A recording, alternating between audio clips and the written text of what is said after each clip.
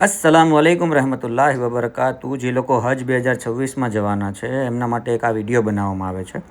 એ લોકો પોતાના શહેરથી અમદાવાદ એરપોર્ટ જાય છે તો એમના 5 કલાકથી 6 કલાક પહેલાં એરપોર્ટ પહોંચી જવાય એ રીતે એમને નીકળવાનું છે। એરપોર્ટ ઉપર જ્યારે હજ કમિટી દ્વારા તમને જે તમારા પાસપોર્ટ, વિઝા જે વસ્તુ આપી છે એ બધી જ વસ્તુ તમારી પાસે તમારે સાથે રાખવાની છે। ત્યારબાદ તમે જ્યારે સામે જે ઓરેન્જ કલરના જે ગેટ બતાય છે ત્યાં તમારા પાસપોર્ટ, તમારા વિઝા તે ચેક કરશે અને ત્યારબાદ તમને જે છે એ અંદર આ રીતે તમારે જે છે એ જવાનું છે। એરપોર્ટની અંદર દાખલ થઈ ગયા બાદ તમને થોડો નાસ્તો આપવામાં આવશે। ત્યારબાદ તમારે ફ્લાઇટમાં જવાનું છે એહરામ બાંધીને, જો તમે જિદ્દા જતા હો તો। ફ્લાઇટમાં તમે જ્યારે બેસો છો ત્યારે તમારે આકાશા એરલાઇન્સ જ હશે અમદાવાદથી, અને તમારી પાસે જે હેન્ડ બેગેજ જે છે એ કદાચ તમારી પાસેથી લઈ લે તો એ હેન્ડ બેગેજ જે છે એ તમને જિદ્દા એરપોર્ટ, અહીંયા તમે જે લગેજ લ્યો છો ત્યાંથી તમને મળશે અને આ જ ટર્મિનલે તમને ઉતારવામાં આવશે। આનું નામ છે હજ ટર્મિનલ, અને હજ ટર્મિનલેથી તમે સામાન લઈ અને તમે જ્યારે બહાર નીકળશો ત્યારે તમને એક હોલની અંદર, આ જે હોલ તમને અત્યારે બતાવી છે એ હોલની અંદર તમને બેસાડવામાં આવશે। તમારો સામાન જે છે એ અત્યારે હજ કમિટી ઓફ ઇન્ડિયા તમારી હોટલ સુધી પહોંચાડે તેવી જ વ્યવસ્થા જે છે એ કરી આપશે। અઝીઝિયા હોટલે પહોંચ્યા બાદ તમારે 2 થી 3 કલાકનો આરામ કરવાનો છે। ત્યારબાદ તમારી હોટલની નીચે જ બસ રાખવામાં આવેલી હશે, એ બસ તમને હરમ શરીફ જે છે એ લઈને આવશે અને પાર્કિંગેથી તમારે આ રીતને ચાલતા ચાલતા 1 નંબરનો ગેટ, જેમનું નામ છે અબ્દુલ અઝીઝ ગેટ, એ ગેટેથી તમારે દાખલ થવાનું છે, અથવા તો બાબુ સલામ જે છે ત્યાંથી તમે દાખલ થઈ શકો। તમે જ્યારે ઉમરા કરવા માટે જાઓ છો, પહેલો ઉમરો કરવા માટે, ત્યારે 1 નંબરના ગેટેથી દાખલ થાવ છો ત્યારે તમારી નજર જે છે એ તમારે નીચે રાખવાની છે, કેમ કે જ્યારે પહેલી વખત તમે કાબા શરીફના દીદાર કરશો ત્યારે તમે જે દુઆ કરશો અલ્લાહ તાલા તમારી દુઆને કબૂલ કરી લેશે। તમે જો દિવસમાં ઉમરા કરવા માટે જાઓ છો તો તમારી પાસે એક છત્રી અને 1 લીટરની પાણીની બોટલ જે છે એ તમારી સાથે હંમેશા રહેવી જોઈએ, જેથી તમને જે છે ગરમી લાગે ત્યારે તમે પાણી જે છે પી શકો અને છત્રીનો ઉપયોગ કરી શકો। આ જે છે એ ઇલેક્ટ્રિક સીડીથી તમે જ્યારે નીચે જતા હશો ત્યારે એક્ઝેક્ટ તમારી સામે કાબા શરીફ આવશે, એટલે તમારી નજર જે છે એ તમારે નીચે રાખવાની છે અને સાઈડમાં કોઈ બી એક એવી જગ્યા જે છે એ તમારે ગોતીને ઊભું રહી જવાનું છે ને ત્યાં તમારે દુઆ કરવાની છે। અને કોશિશ કરવાની છે કે તમારે ગ્રુપમાં જવાનું છે, સિંગલ તમે જે છે ન જાઓ। અને તમને ઉમરો કરતાં આવડતું હોવું જોઈએ જ્યારે તમે ઇન્ડિયાથી મક્કા પહોંચો છો ત્યારે। ત્યાંથી મોલ્લીમના માણસો હોય છે ઉમરો કરાવવા માટે, પણ અમુક વખત જે છે એ ભૂલા પડી જાય છે, જેથી હાજી જે છે એ પહેલો ઉમરો કરી શકતા નથી। એટલે તમારે જે છે એ અહીંથી તમે જો ઉમરો કરીને શીખીને ગયા હશો તો ઇન્શાલ્લાહ તમારે કોઈ જ પ્રકારનો વાંધો આવશે નહીં। જ્યારે તમે મતાફમાં પહોંચો છો ત્યારબાદ તમારે સૌથી પહેલું કામ જે છે તમારે તવાફ કરવાનું હોય છે, એટલે કે તમારે ગ્રીન લાઇટ, જે સામે તમને જે ગ્રીન લાઇટ બતાવી છે એ ગ્રીન લાઇટ એટલે કે હજરે અસ્વદની સામે આવી અને તમારે તમારા ઉમરાનો તવાફ જે છે એ સ્ટાર્ટ કરવાનો હોય છે। અને ઉમરાના તવાફની નિયત તમને જે ભાષામાં આવડતી હોય તે ભાષામાં તમે કરી શકો છો। જેમ કે આપણે ગુજરાતીમાં કદાચ નિયત કરવી હોય ઉમરાના તવાફની તો એટલી નિયત કરવાની છે, બિસ્મિલ્લાહ રહમાનિર રહીમ, એ મારા રબ, હું ઉમરાહના તવાફની નિયત કરું છું અને મારા તરફથી કબૂલ ફરમાવો અને મારા માટે આસાન ફરમાવો। ત્યારબાદ તમારે આ જે ગ્રીન લાઇટ જે છે ત્યાંથી હજરે અસ્વદનો બોસો લઈ, એટલે કે ઇસ્તલામ લઈ અને તમારે તમારો તવાફ જે છે એ શરૂ કરવાનો છે। આજે લોકો હાથ જે ઊંચા કરે છે એ રીતને તમારે તમારો હાથ ઊંચો કરીને, કેમ કે પાસે તમે નહીં જઈ શકો, હજરે અસ્વદની પાસે જવામાં બહુ જ ભીડ હોય છે, એટલે તમારે દૂરથી જે છે હજરે અસ્વદનો બોસો લઈ અને તમારે તમારા ઉમરાનો તવાફ જે છે એ શરૂ કરવાનો છે।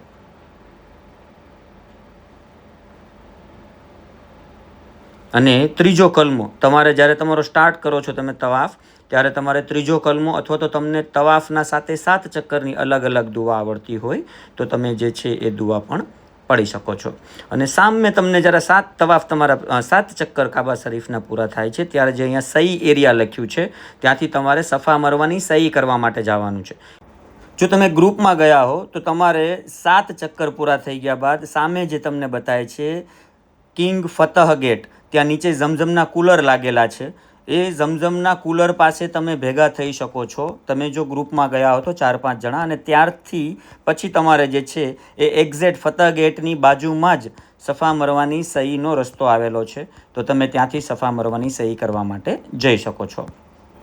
કાબા શરીફનો તવાફ જે છે એ તમારે હજરે અસ્વદ એટલે કે રૂકને અસ્વદથી શરૂ થશે અને ત્યારબાદ જે બીજો ખૂણો જે આવે છે એને રૂકને ઈરાકી કહે છે.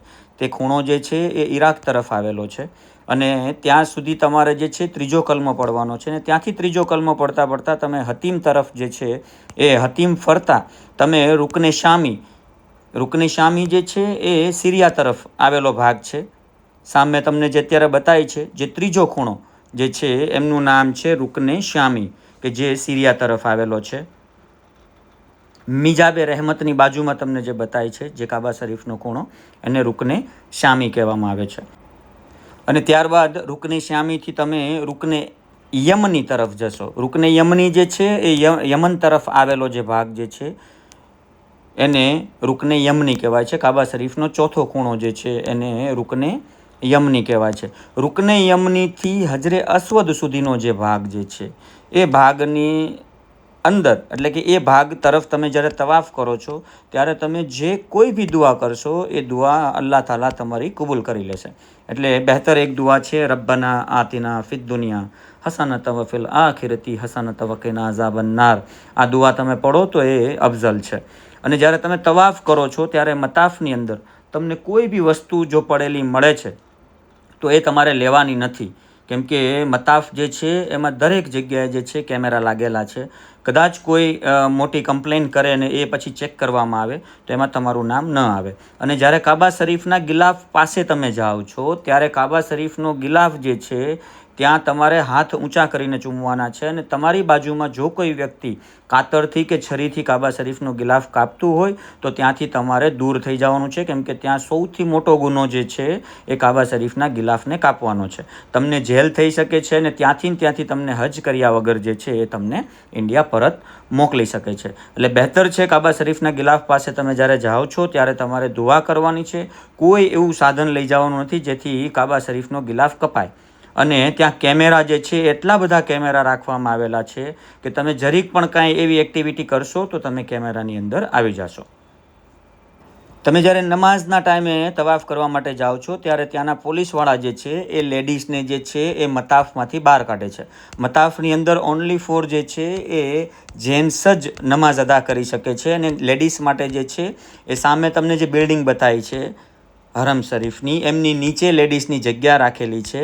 ત્યાં લેડીઝને જે છે નમાઝની જગ્યા કરી દેવામાં આવે છે. એટલે તમે જ્યારે મતાફમાં તવાફ કરવા માટે જાઓ છો ત્યારે તમારે નક્કી કરવાનું છે કે આપણે જે છે એ તવાફ પૂરો થાય ત્યારે આપણે કઈ જગ્યાએ ભેગા થશું. બહેતર છે ફતહ ગેટ જે છે એ ફતહ ગેટની નીચે જગ્યા હોતી નથી. મેં તમને હમણાં જે બતાવ્યો ફતહ ગેટ એ ફતહ ગેટની નીચે જગ્યા જે છે એ હોય છે. પબ્લિક એટલી બધી હોતી નથી. તમે 4-5 જણા જો તમે તવાફ કરવા માટે ગયા હો અને તમારો તવાફ પૂરો થાય તો તમે એક જગ્યા ત્યાં નક્કી કરી શકો કે આ જે ઝમઝમનું કુલર છે ત્યાં આપણે ભેગા થશું. અહીંયા તમારો એક ચક્કર જે છે કાબા શરીફનો પૂરો થાય છે. આવા તમારે 7 ચક્કર જે છે એ તમારે કરવાના હોય છે. અને તમારે બીજી વખત એક ચક્કર પૂરો થાય બીજી વખત તમારે ઇસ્તલામ લેવાનો છે બિસ્મિલ્લાહ અલ્લાહુ અકબર કહીને અને ત્યારબાદ તમારે તમારો બીજો ચક્કર શરૂ કરવાનો છે. તમારો અહીંયાથી જે છે એ તમારો બીજો ચક્કર જે છે એ શરૂ થાય છે. એ જ રીતને તમારે જે છે એ 7 ચક્કર જે છે એ કાબા શરીફના ફરવાના છે. ત્યારબાદ તમારે જે છે 2 રકાત વાજિબુ તવાફની નવાફિલ નમાઝ અદા કરવાની છે. ત્યારબાદ તમારે ઝમઝમ પીવા જવાનું છે અને ત્યારબાદ તમારે સફા મરવાની સહી કરવા માટે જવાનું છે. સફા મરવાની સહી જે છે એ જે કાબા શરીફનો જે ગેટ છે એમનો જે બાજુનો ખૂણો જે છે રૂકને ઈરાકી એ જે રૂકને ઈરાકીની એક્ઝેક્ટ સામે જે છે એ સહી એરિયા તમને જે અત્યારે બતાવી છે ત્યાં લખેલું છે સહી એરિયા. એ સહી એરિયામાં તમે જાશો ત્યારે તમને જે છે એ સફા મરવાની સહીનો રસ્તો જે છે એ મળી જશે. આ રસ્તો તમને જે સામે બતાવી છે એ સફા પહાડ ઉપર તમને લઈ જાય છે. આ જેટલા પણ લોકો જાય છે એ સફા પહાડ ઉપર જાય છે. આ સીધો રસ્તો જે છે તમે થોડુંક જ ચાલશો 150 મીટર સુધી એટલે તમને જે છે એ સફા પહાડ બતાશે અને ત્યાંથી સફા પહાડેથી તમારે જે છે એ સફા મરવાની સહી સ્ટાર્ટ કરવાની છે. સફાથી મરવા અને મરવાથી સફા એમ 7મો ચક્કર તમારો જે છે મરવા પહાડે પૂરો થશે. અને ત્યાં એક ગ્રીન લાઇટ આવે છે. એ ગ્રીન લાઇટે જે છે એ જેટલા પણ જેન્ટ્સ હોય છે એમણે ત્યાં દોડવાનું હોય છે. સામે મેં તમને જે ગ્રીન લાઇટ બતાવી છે ત્યાં જેટલા પણ જેન્ટ્સ જે છે એમને દોડવાનું હોય છે. સફા મરવાની સહીમાં જે છે એ વુઝુ શરત નથી, અને તવાફ તમે જ્યારે કરો છો એમાં વુઝુ શરત છે. જો તમારું વુઝુ તૂટી જાય છે તો તમારે વુઝુ કરવા માટે જવાનું હોય છે. અને સફા મરવાની સહી થઈ ગયા બાદ તમારે હલક કરાવવા જવાનું હોય છે. ત્યારબાદ તમારો ઉમરો મુકમ્મલ પૂરો થશે અને ત્યારબાદ જ તમે એહરામ ઉતારી અને સિવેલા કપડાં પહેરી શકશો. એ પહેલાં તમે સિવેલા કપડાં પહેરી લ્યો છો ઉમરો થયા પહેલાં, તો તમારે જે છે એ દમ તમારી ઉપર વાજિબ થઈ જશે. જેટલા પણ હજ 2026માં જવાના છે એ તમામ લોકોનો અલ્લાહ તાલા ઉમરા અને હજ એમની બારગાહમાં કબૂલ ફરમાવે. આમીન સુમ્મા આમીન.